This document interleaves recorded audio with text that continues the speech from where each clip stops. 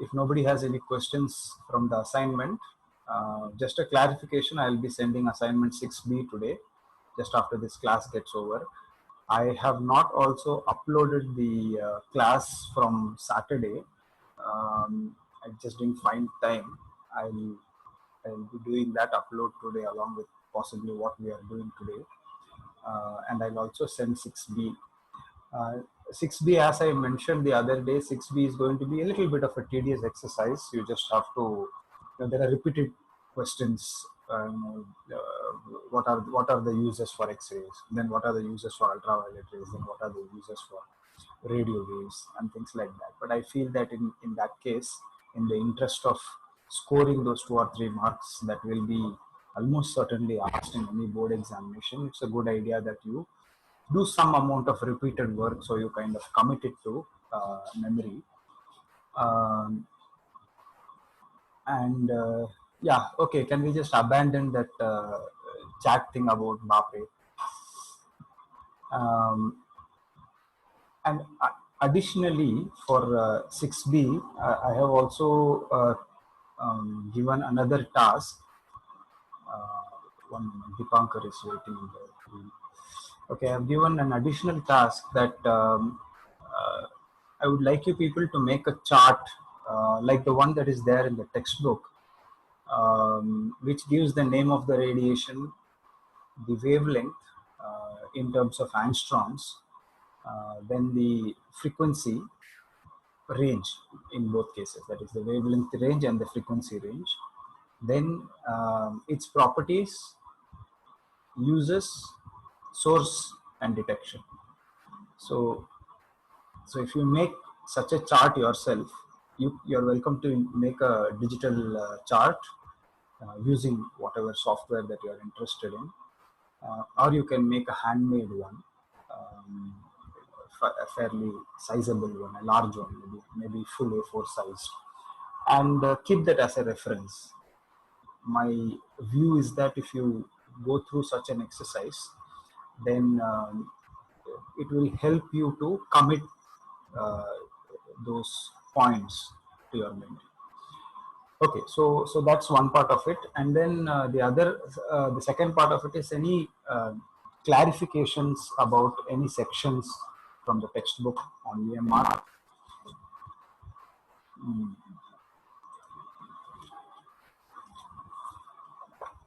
Any clarifications required about any sections in the EMR? Did anybody go through the section on EMR from the textbook that, as I had suggested on Saturday? Any interesting mnemonics that you might have come up with for this? That is starting with gamma rays, then you have X-rays, then you have ultraviolet, then you have visible light, then you have infrared, and then you have what is after infrared? Radio waves, no, microwaves, and then radio waves. So any interesting mnemonic that you might have come up with, or that you can come up with even today? Okay, so a mnemonic is, you understand, right? It's a kind of statement that can help you remember this sequence. It used to be useful when I was studying for certain key things to have mnemonics, because if you will remember the statement, if you remember in class 8 we talked about, and we will do this again in class 9, to remember class 1 lever. We had made this, I had used this mnemonic that was made by some students long time back. 8 फालतू lever. June maybe Nicolas. Right. So if the effort, fulcrum, and load are in this sequence, then it will be called a class 1 lever. Okay. Is somebody trying to say something, or just forgot to mute the mic? I have muted the mic. So in case you come up with some interesting mnemonic, we can look at that. And If there is nothing else, then we can move on to scattering of light.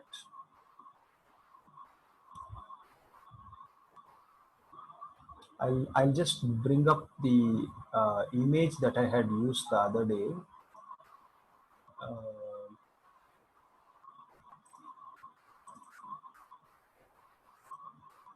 so in case you remember something by seeing the image, then you can ask some questions about that.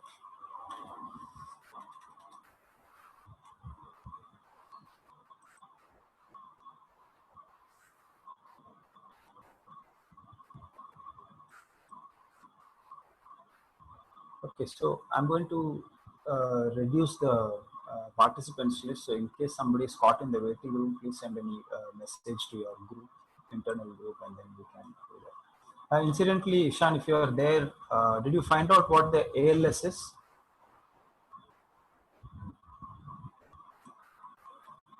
The other day you wanted to find out what the ALS was. So if you found out what the ALS is, you can let us know. Had we covered all of the aspects of this the other day?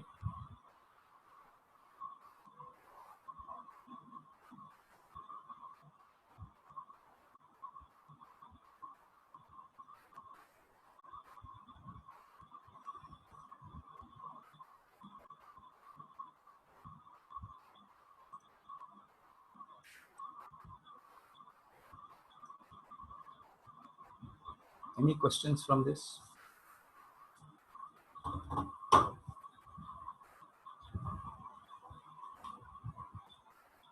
Maybe what I'm thinking is that I'll also perhaps make a quiz on this from Google Forms and send it to you. So probably as a result of answering that quiz, certain concepts will also fall into place.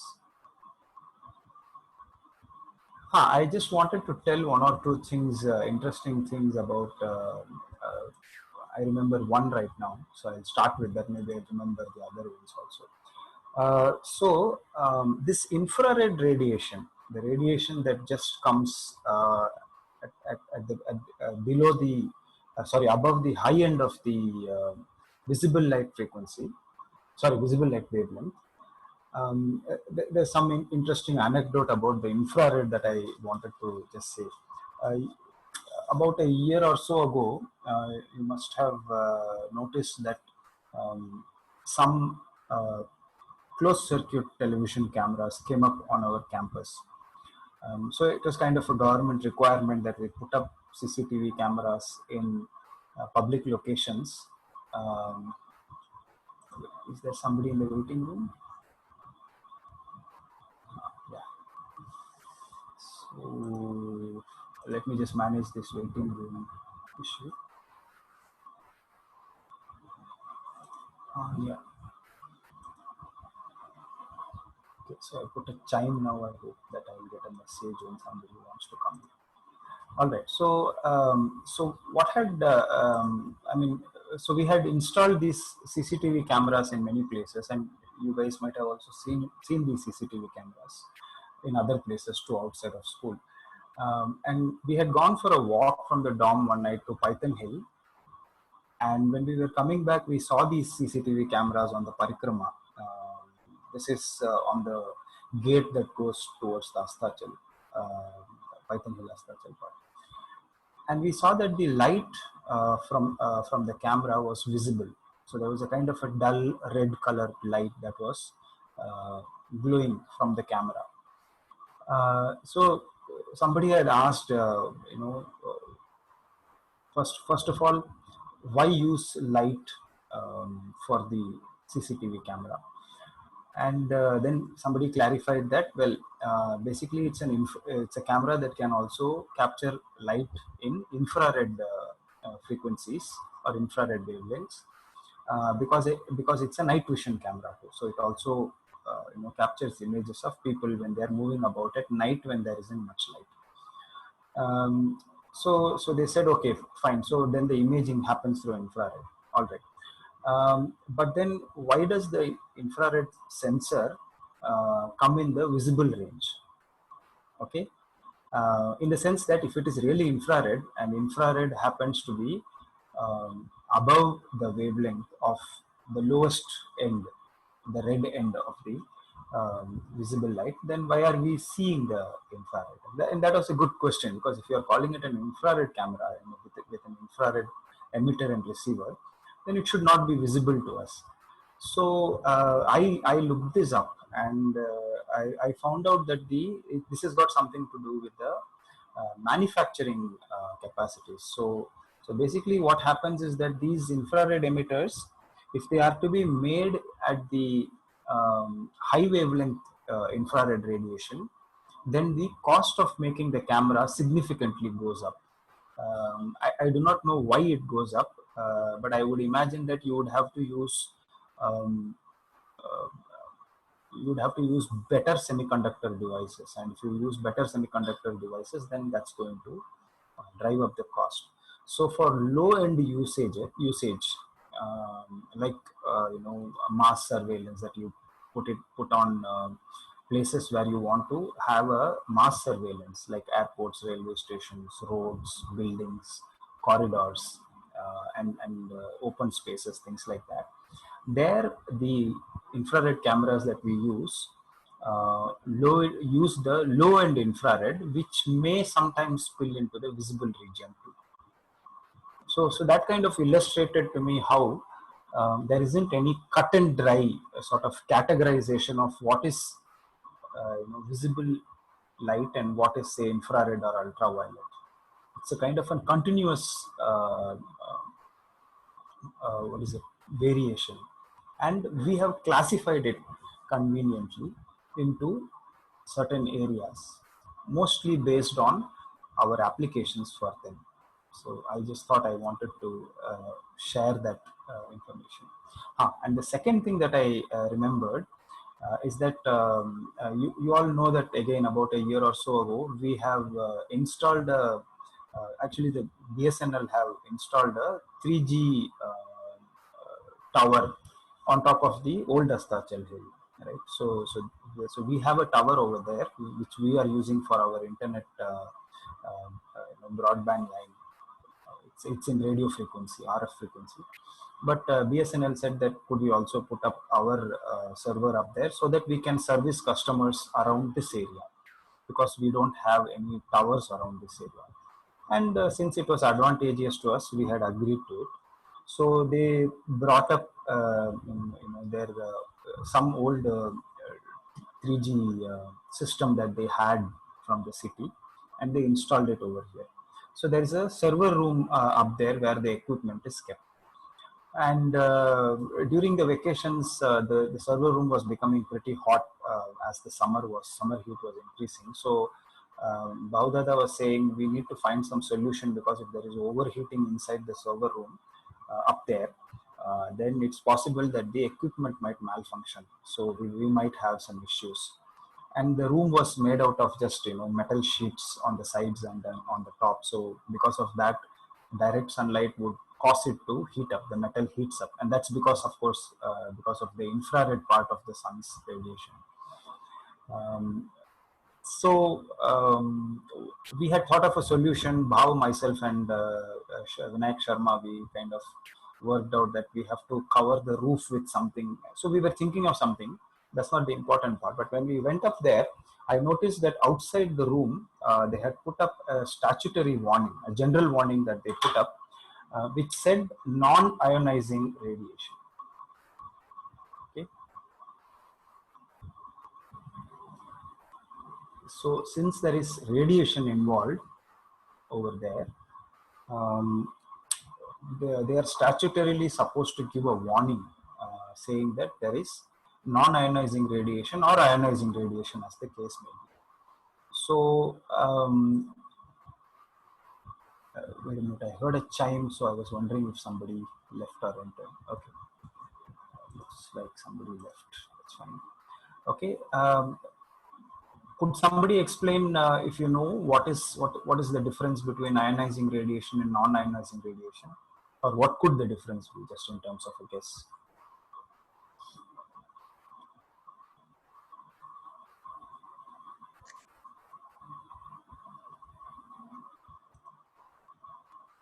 Somebody, anybody?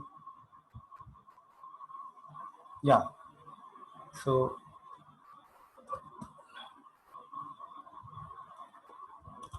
oh God, people are going on in the group chat about some silly stuff. Stop, guys, pay attention. So, yeah, Ishan says something that turns atoms into ions. So, basically, the electromagnetic radiation has a capacity to actually ionize atoms. Okay, um, which means that it is possible for this radiation, some forms of this radiation, to knock off electrons from atoms on whatever it falls. Okay, so why is this? Why does this require? Why is this required to be mentioned? Well, if there is radiation that is ionizing, that is, if there is radiation that is ionizing radiation, then um, this can be an issue. Why? Because if there is ionizing radiation which has sufficient penetration power, okay, so there are two factors. One is that whether it can ionize or not. The second factor is what is its penetration capacity? How far or how deep can it penetrate? Now, if you have ionizing radiation that can penetrate into living tissue, that is, if it can pass our skin, then this can be a problem, because the ionizing radiation can end up knocking off electrons from our cells, which might turn out to be electrons which are part of our DNA structure. And if that happens, then we have meddled with our DNA. And when we meddle with our DNA, it can create all kinds of problems, including permanent genetic damage, which can then be, of course, passed on from one generation to another. So, oh God, somebody is scribbling on the screen. Thank you. So which part of it is ionizing radiation, which part of it is not? Well, all kinds of X-rays. So that is starting with soft X-rays, going all the way up to gamma radiation, are considered as ionizing radiation. So exposure to these can be problematic. Exposure to gamma rays is definitely going to be problematic.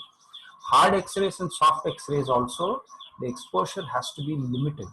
Okay, so people who are working in radiation laboratories, in X-ray laboratories, for even diagnostics purposes, if you go to good laboratories, you will find that there will be a they will have to wear certain kind of a protective gear, first of all, which will be lead-lined aprons. And in some cases where there can be higher end X-rays, there they may even have a separate cabin which they have to enter. That is, the technicians have to enter. So what about the patients? Well, the patients, the advantage is that hopefully it's an one-off situation in which per year the amount of X-ray that they are exposed to is so low that it actually is within the tolerance limit of individuals. Okay, so they have a certain amount of exposure to ionizing radiation, which can be measured. I think, if I'm not mistaken, it is measured in becquerels after Henry Becquerel. And the X-ray technicians, since they work with these radiations, they are supposed to keep themselves safe. So they should wear lead-lined aprons, and they should remain behind or remain inside cabins which will cut off the X-ray radiation. X-rays have high penetrating capacity, and that's the reason why they can pass through tissue but not bone. But their ionizing potential is low, whereas gamma rays have very low penetration capacity, but their ionizing potential is extremely high. Once you go beyond ultraviolet in terms of wavelength, increasing wavelength, then the ionizing potential reduces drastically. So therefore, from ultraviolet going all the way up to radio waves, we basically call them non-ionizing radiation.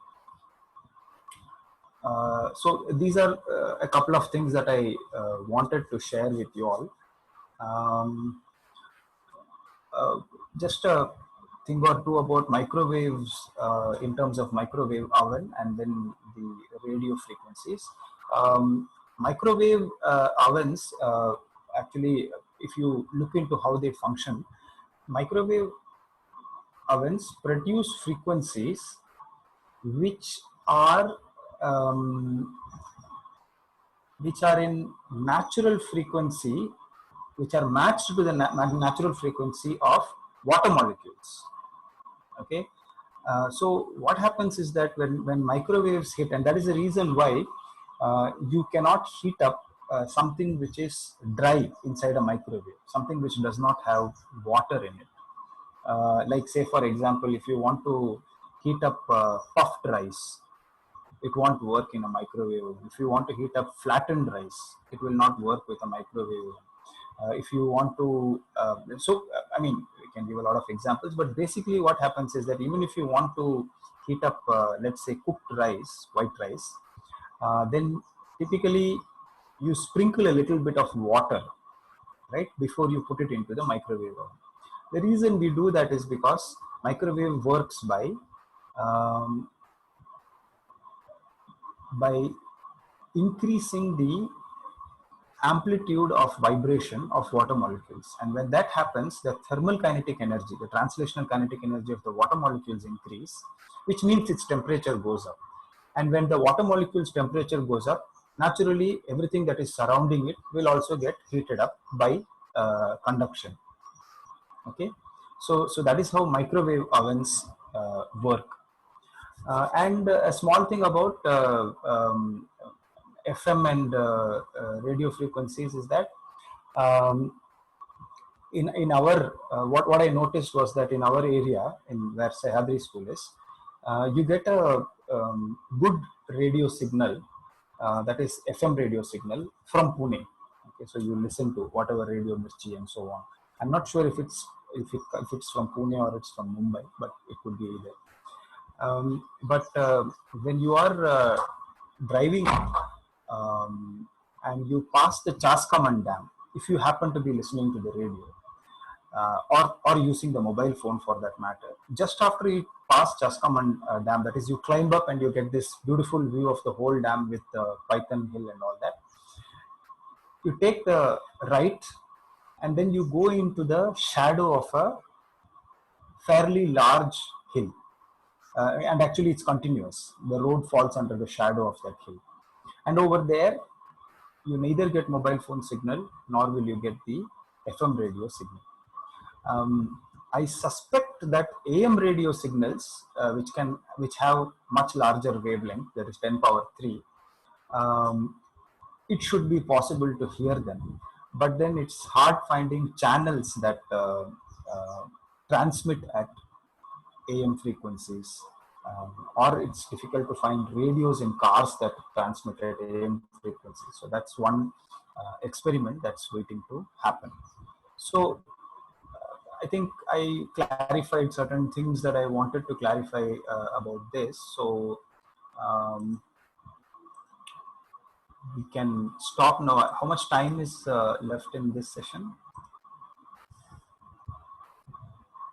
Okay, a minute.